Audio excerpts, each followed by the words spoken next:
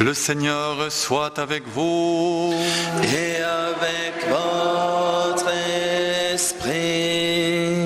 Évangile de Jésus-Christ selon saint Matthieu.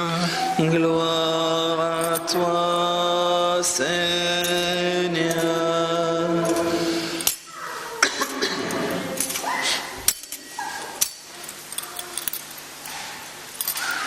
Jésus partit en barque pour un endroit désert à l'écart.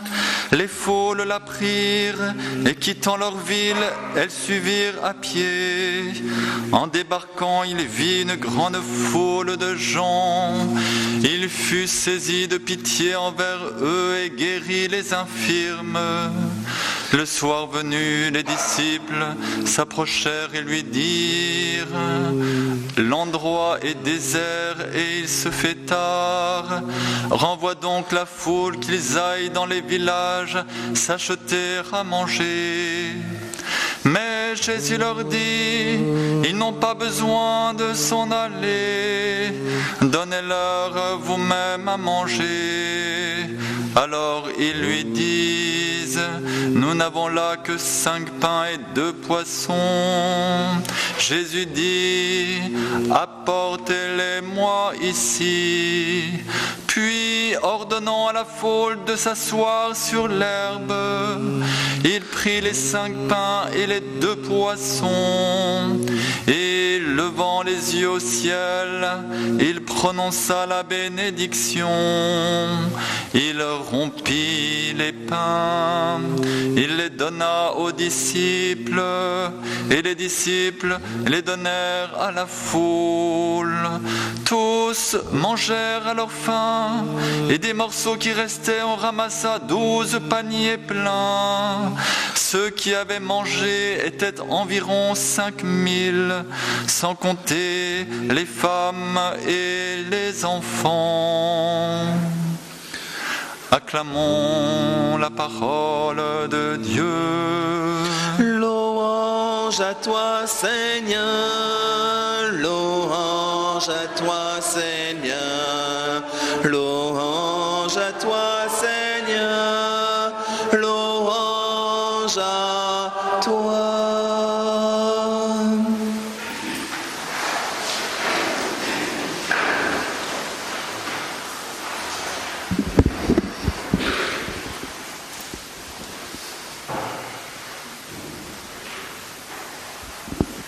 Un jour, Jésus a dit: qui m'a vu a vu le Père.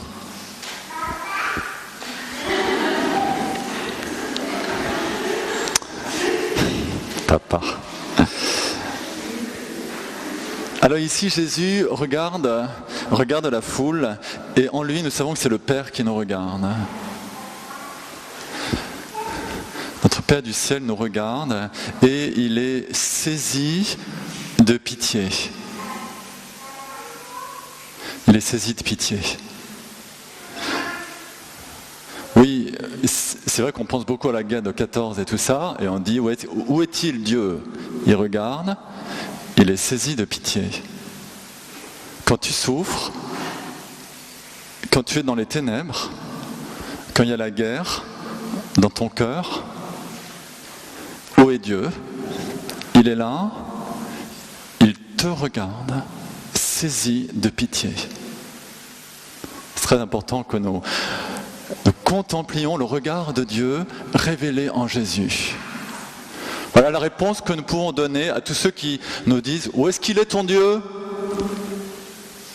dans toutes ces horreurs? Il regarde, il est saisi de pitié.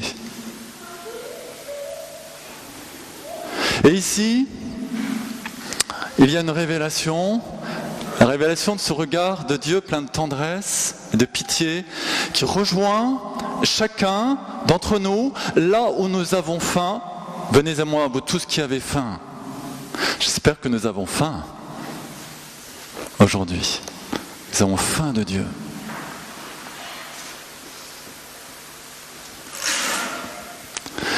Il nous appelle et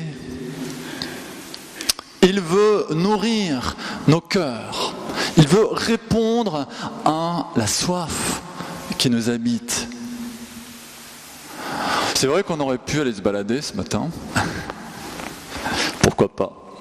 Oui, mais nous avons fait l'expérience que notre soif la plus profonde, c'est Dieu qui peut y répondre.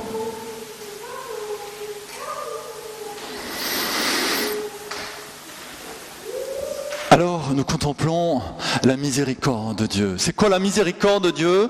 C'est le cœur de Dieu qui se donne à la misère. Miseris, corps d'arrêt. Il donne son cœur, corps, aux miséris, aux miséreux. Il donne son cœur. Tel est le mouvement de Dieu ici. Ce qui est intéressant, c'est qu'il y a un double mouvement. Vous voyez qu'en Jésus, Dieu va au désert et la foule le suit. Imaginez que la foule soit restée à la maison. Est-ce qu'il aurait pu toucher les infirmes? Est-ce qu'il aurait pu multiplier la nourriture? Ouais. La foule, elle avait besoin aussi de marcher vers lui. Nous avons entendu la semaine dernière que le royaume, c'est comme un champ. Et ce champ, il s'agit de l'acheter avec tout ce que nous sommes. On va tout dépenser, tout. Parce que nous avons tout donné à Dieu.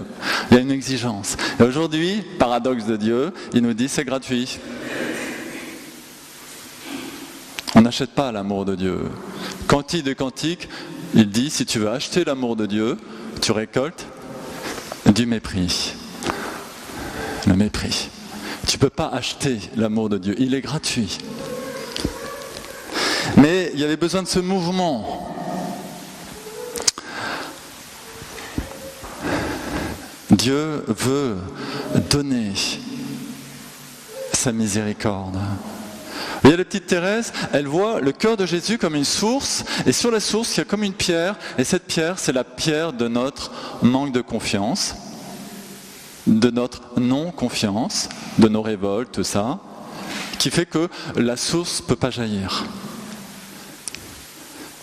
Parce que Dieu est descendu, oui, dans nos misères, mais il a besoin que nous lui ouvrions la porte. Alors il nous a dit qu'il veut faire alliance. Oui, il fait alliance. Ça, c'est la miséricorde de Dieu. Miséricorde, miséricordare, la miséricorde rejoint notre misère. Et ça, c'est l'alliance de Dieu. Il fait alliance avec toi aujourd'hui. Dans ta misère, oui, là où tu ne peux pas te passer de lui, parce que le reste, là où tu imagines pouvoir te passer de lui, enfin, tu es déjà avec lui. Mais il y a en toi un lieu qui n'est pas exposé à la lumière, qui a besoin de se tourner vers la lumière. Vous voyez, c'est comme un petit travail quotidien. Prière du matin, minimum... On a déjà dit ça. Hein. Vous donnez combien de temps à Dieu, au moins le matin?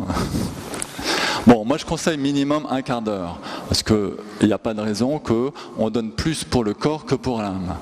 Voilà. Alors, le petit travail qu'on a à faire le matin, c'est de faire marcher les vertus théologales pour s'ouvrir à la miséricorde de Dieu. Est-ce qu'il ne va pas nous forcer, d'accord?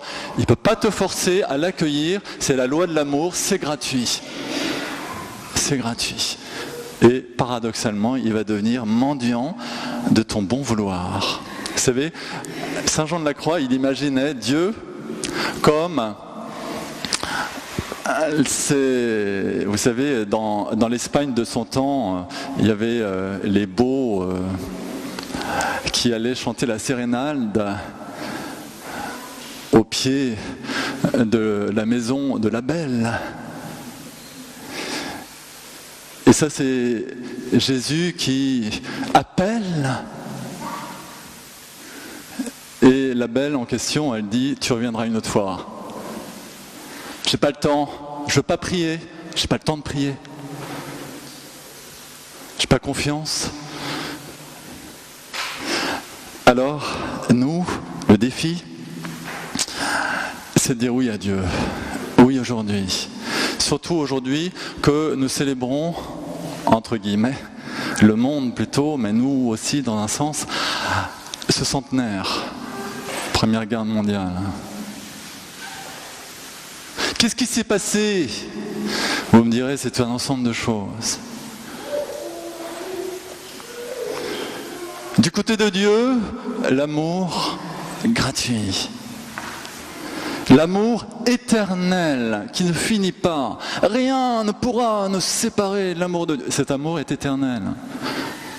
Même si tu fais des bêtises, il va t'aimer toujours. Ça ne veut pas dire qu'il dit que c'est bien. Pas s'empêcher d'aimer. Alors, mais de notre côté, c'est vrai que nous avons besoin de venir à lui. Venez à moi, vous tous qui avez faim, venez, venez. Si tu as découvert ta faim, ta soif, si tu as découvert que tu es quelqu'un de, finalement, pas si grand que ça, mais là, il y a des faiblesses en toi. C'est ton zéro. Le zéro, tu vas le mettre à côté du 1. Mais du bon côté, d'accord? Du bon côté. Ça, c'était l'image que prend la petite Thérèse lorsqu'elle écrit à son frère spirituel, l'abbé Roulant, qui est missionnaire en Chine. Elle dit, moi je suis un zéro, qu'est-ce que je peux faire par moi-même? Mais avec vous, alors on va faire des grandes choses. Parce que vous êtes dans la prédication, vous êtes dans les sacrements, vous donnez Dieu aux autres, et moi je serai sur la montagne en train de prier. Et tous les deux, on va faire des grandes choses. Alors nous, on est des zéros. Si on est tout seul, on est des zéros. Qu'est-ce que vous voulez? Sans Dieu, qu'est-ce que tu peux faire? Qu'est-ce que tu peux faire? Ben, tu feras la guerre sans Dieu. Avec les lois humaines, de la violence, de la toute-puissance qui écrase, qui peut imposer à l'autre son truc, sa loi. Oui. Alors, nous sommes ces zéros qui allons nous mettre du bon côté, du côté au pied du Seigneur. Et ça, c'est la clé de la paix. Vous voyez, c'est très intéressant de se rendre compte que pendant la Grande Guerre là, de 14-18, la Sainte Vierge est apparue à Fatima pour donner la clé de la paix. Consécration du monde à son cœur immaculé. Elle dit, si vous faites ça, pas de problème. On ne l'a pas fait, on a eu la Deuxième Guerre. On a été prévenus quand même. On a été prévenus. Donc aujourd'hui, nous savons que ça, c'est la solution. De notre côté, si nous ne voyons pas la guerre, et la guerre entre nous, pour commencer, parce que ça commence entre nous et en nous, si nous ne voulons pas de cette guerre, eh bien consécrons-nous. C'est que tout en nous soit soumis à l'autorité de Dieu. Tout. Voilà. Car il est Père. Ah, c'est vrai que tu es autonome, mais tu n'es pas indépendant. Parce que Dieu te donne ta vie à chaque instant. Alors avec Dieu, on va faire des grandes choses. Si le zéro de nos faiblesses, nos 5 pains et nos 2 poissons, si on les met du bon côté, pas avant le Seigneur pour se servir de Dieu comme d'une force supplémentaire, pour nourrir mon orgueil spirituel, n'est-ce pas?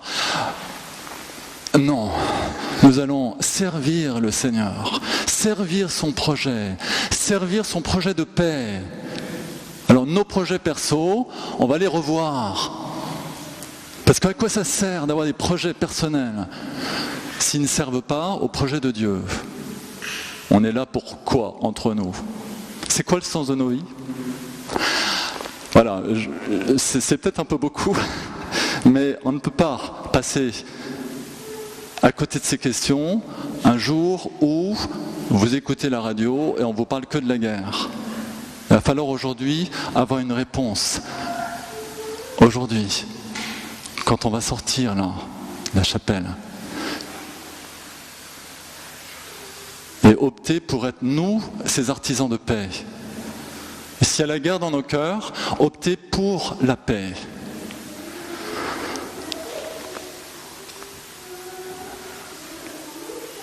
Alors, je vais terminer là-dessus. Peut-être que nous n'avons que 5 pains et 2 poissons, ok. Ces 5 pains et ces 2 poissons, nous allons les donner à Jésus. C'est la prière du matin. Tes 5 pains et tes 2 poissons, tu les donnes à Jésus. D'accord ? Et il va faire des grandes choses. C'est pas lui qui va tout faire, tu vas devoir quand même donner tes pains et tes poissons que Jésus va multiplier. Et ça se fait dans l'instant présent. Avec Dieu, on ne fait pas de réserve. Si on fait des réserves, c'est qu'on est encore dans la toute-puissance. C'est moi, avec l'aide de Dieu. La dérive pharisienne. Non, nous allons rester ces pauvres, aux côtés du Seigneur, derrière lui, avec lui, jamais sans lui. Et dans l'instant présent, nous aurons cette force d'être artisans de paix, d'être artisans de joie et d'amour, en un mot, porteurs et témoins de miséricorde. Alors Seigneur, dans cette Eucharistie, c'est nos cœurs que nous te confions, bien évidemment, mais aussi nos familles, notre pays, le monde, en particulier là où on se tape dessus, là où c'est la guerre. Et nous te demandons de consacrer ce monde par le cœur immaculé de la Vierge Marie, que tout en nous te soit consacré, que tu sois la seule autorité, parce que toi seul as la vie, toi seul as les paroles de la vie éternelle. Amen.